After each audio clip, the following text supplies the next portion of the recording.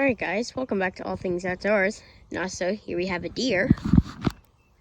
And anyway, we are at, we're out here in the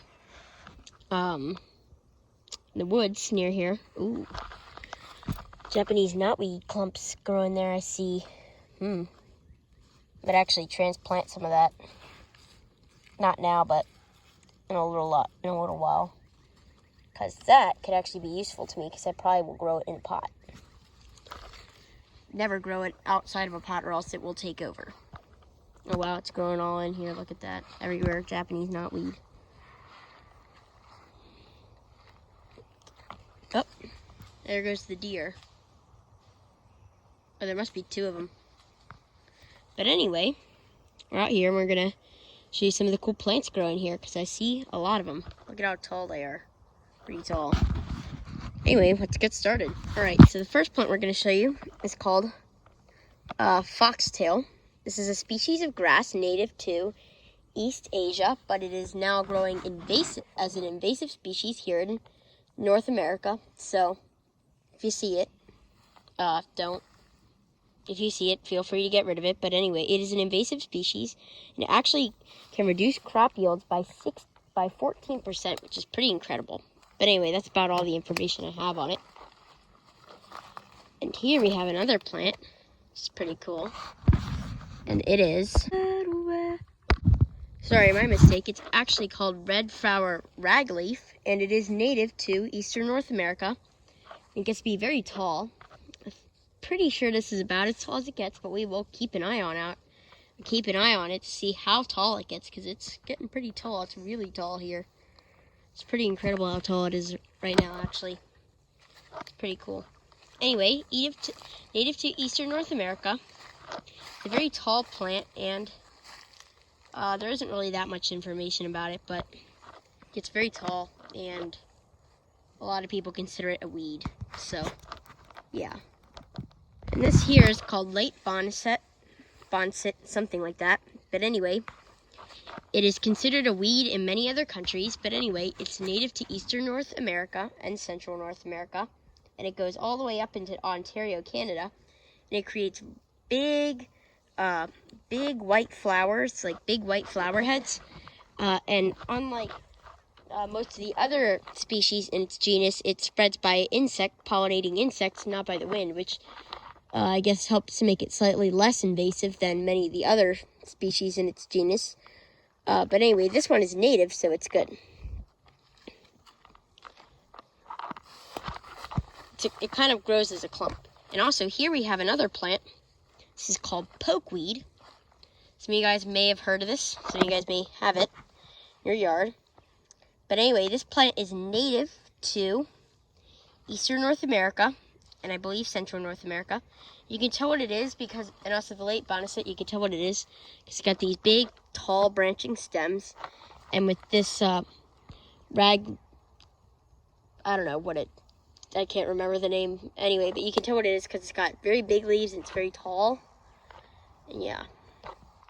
Anyway, the pokeweed, you can tell what it is.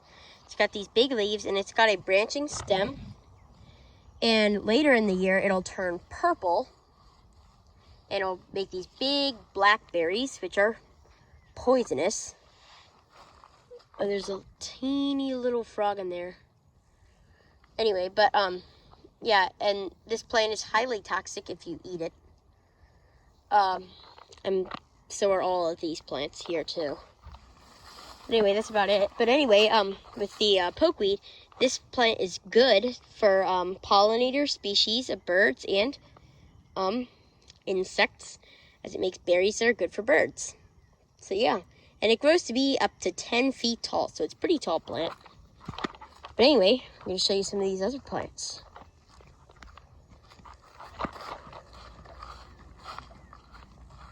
Oh, and here's another stalk of pokeweed.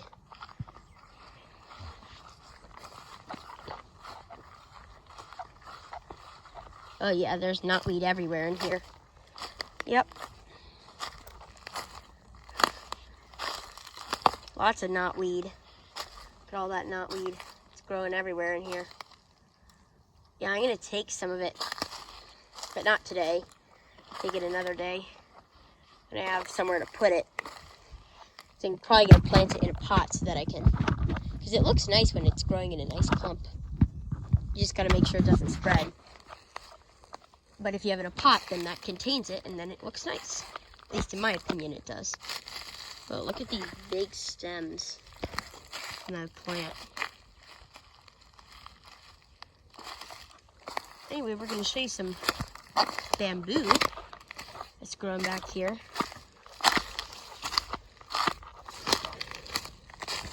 Look.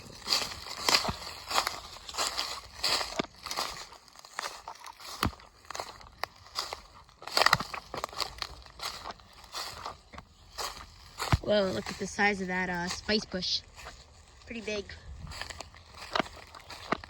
But anyway, here we have some bamboo. A lot of you guys probably have this in your yard. And I bet a lot of you guys are probably trying to get rid of it. So yeah. Anyway, we're going to tell you what type of bamboo this is. And it is golden bamboo. It can grow to be very tall, extremely tall, over 30 feet.